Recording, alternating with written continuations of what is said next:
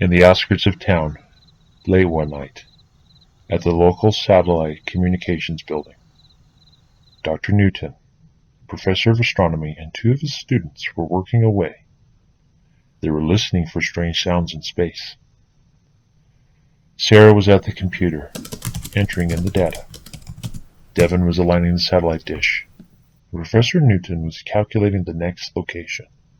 "Devon," the professor said, "let us now move the satellite dish towards these coordinates." Devon typed quickly into the keyboard to move the satellite dish. Then there was a sound of white noise coming through the radio speakers. They listened for several minutes. Almost imperceptibly, they started to hear a high-pitched chatter from the speakers. "Sarah, quick! Turn on the recorder!" Dr. Newton excitedly shouted. Sarah started the tape recorders. For a few moments they listened intently. All the while, tape recorders were reeling faithfully. "What do you think it is?"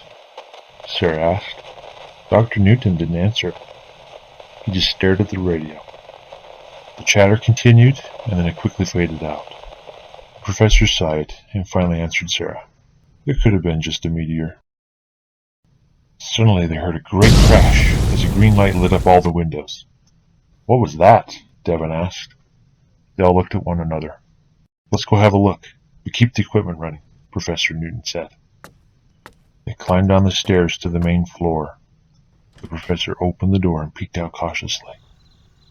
He didn't see any danger, so he led the two students outside the building. "Look over there!" Sarah pointed to a strange green light glowing in the darkness. "We might need to call the fire department," Devon said solemnly. The professor led the group further away from the building, then stopped in his tracks. There in the ground was a glowing green rock, and embedded in the rock were components of some foreign technology.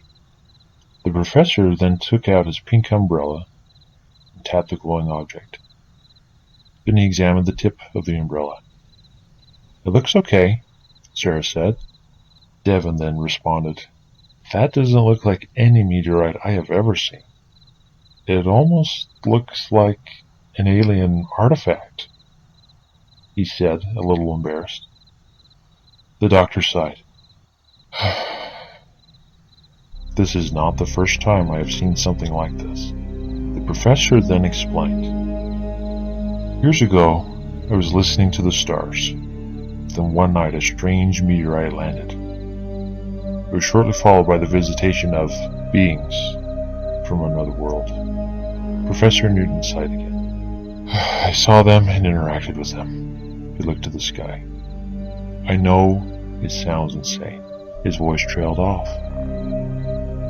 "But I have spent my whole life and career trying to find them again." He then turned to the students and admitted, "I have actually been transmitting the original signal back into space for all these years, hoping that something would respond back."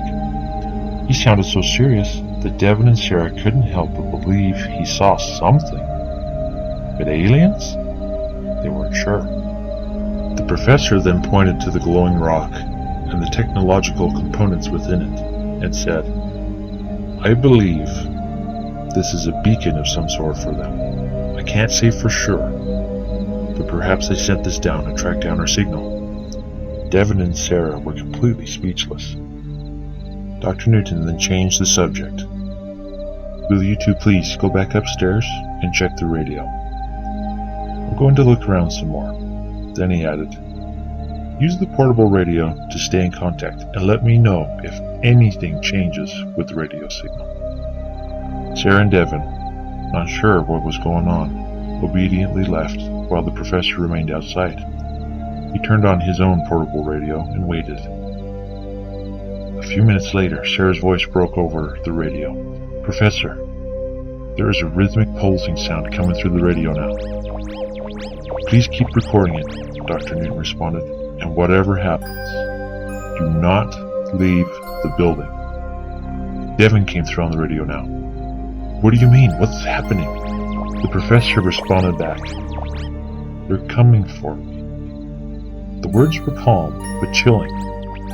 Devon continued to ask the professor to explain, but Dr. Newton did not respond. He just looked up into the sky.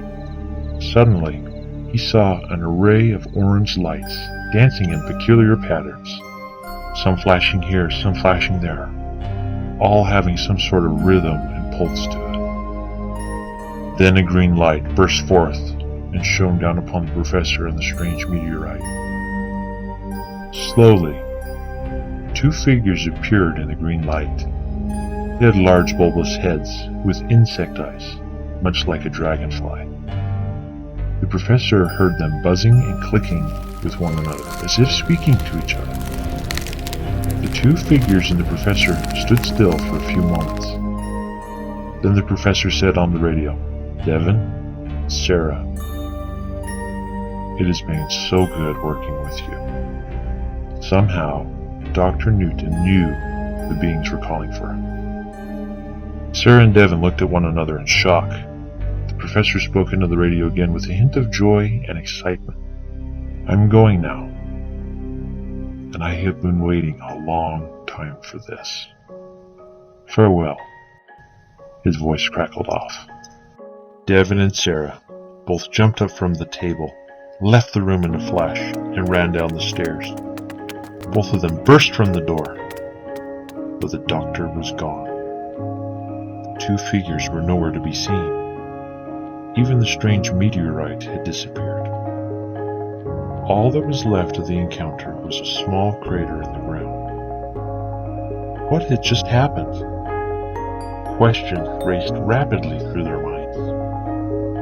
But despite the mysteries and the questions, one thing was clear. They had seen beings from another world.